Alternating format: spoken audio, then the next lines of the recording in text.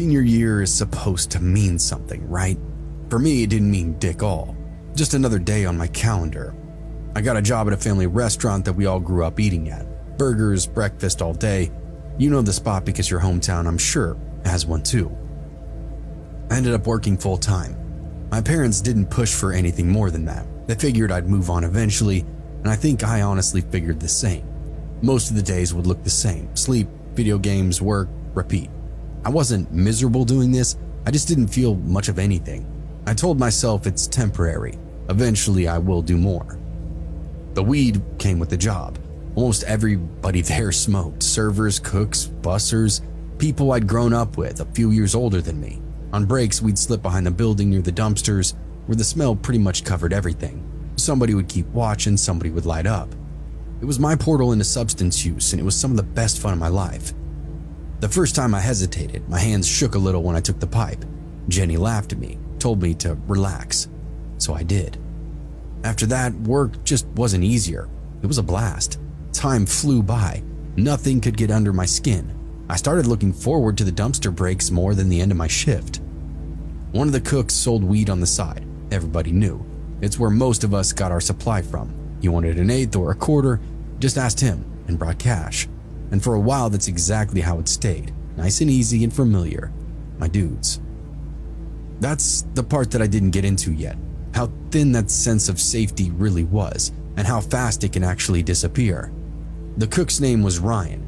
He had never burned anybody. Same price as same deal. You handed him cash during a lull, he handed you a bag later. No more stories, no bullshit.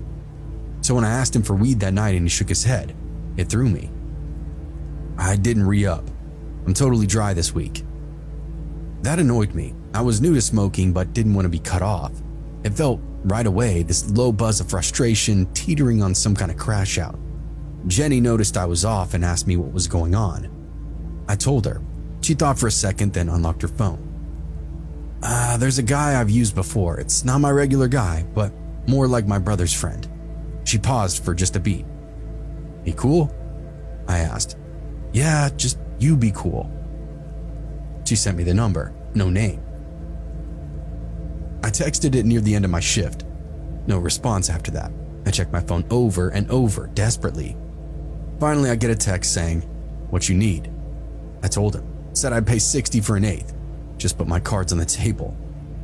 That works, he texted back. You free now? No, when I get off work, if that's cool, I said back to him. We closed, the restaurant slowly came back together and chairs were up, floors were mopped, and it was just about time to go. Just got out, I sent to him. A minute later, I got my response. Old Quarry Road, follow it to the end, by the well. I stared at the instructions.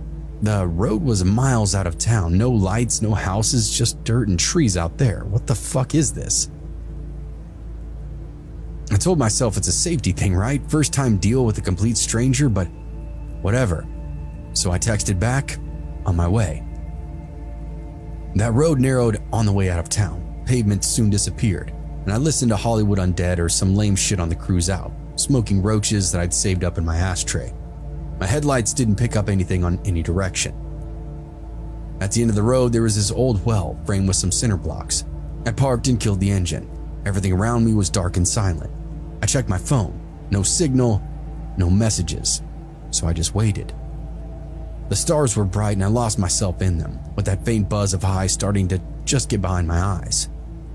Then I heard an engine. No headlights, just the sound. Tires popping on gravel. It stopped somewhere off to my left. I heard doors open and close, and a handful of people then approached, unseen. And that's when it all hit me that I should not be out here. I grabbed my door handle, started to jump back in my car, and movement came out of the dark, 3 shapes sprinting right at me. Hey, I started, and somebody hit me in the nose before I could even finish my sentence. I collapsed into my car. Another grabbed me as I tried to stand up. I went down hard, dirt in my mouth. Someone then kicked my ribs and somebody else hit my back. I rolled over and took 3-4 straight shots to the face. I saw stars, tasted blood, but still, I was trying to scramble away. So what happened? They kept stomping the shit out of me. Stay down, a voice said. so I stayed down. Hands went through my pockets, my wallet, cash, keys, phone disappearing. Nobody said a word. They dragged me to my car and went through it, pumped the console, flipped the glove box, popped the trunk. I lay there staring up at some stars, counting my breath, waiting for it just to be over. Them leaving, killing me, whatever it took. Eventually, everybody walked away and the engine came back. Doors opened and closed, and they tooted back the way they came from. I didn't move for a really long time because where was I gonna go? They had my keys, if they didn't even take my car. I hadn't checked yet. Everything hurt, but nothing felt broken. When I finally sat up, my ribs screamed and my head was ringing. My arms and legs were shaking like I was having a seizure. My car was still there, doors open, interior completely torn apart. Wallet was gone, all my cash, around $340.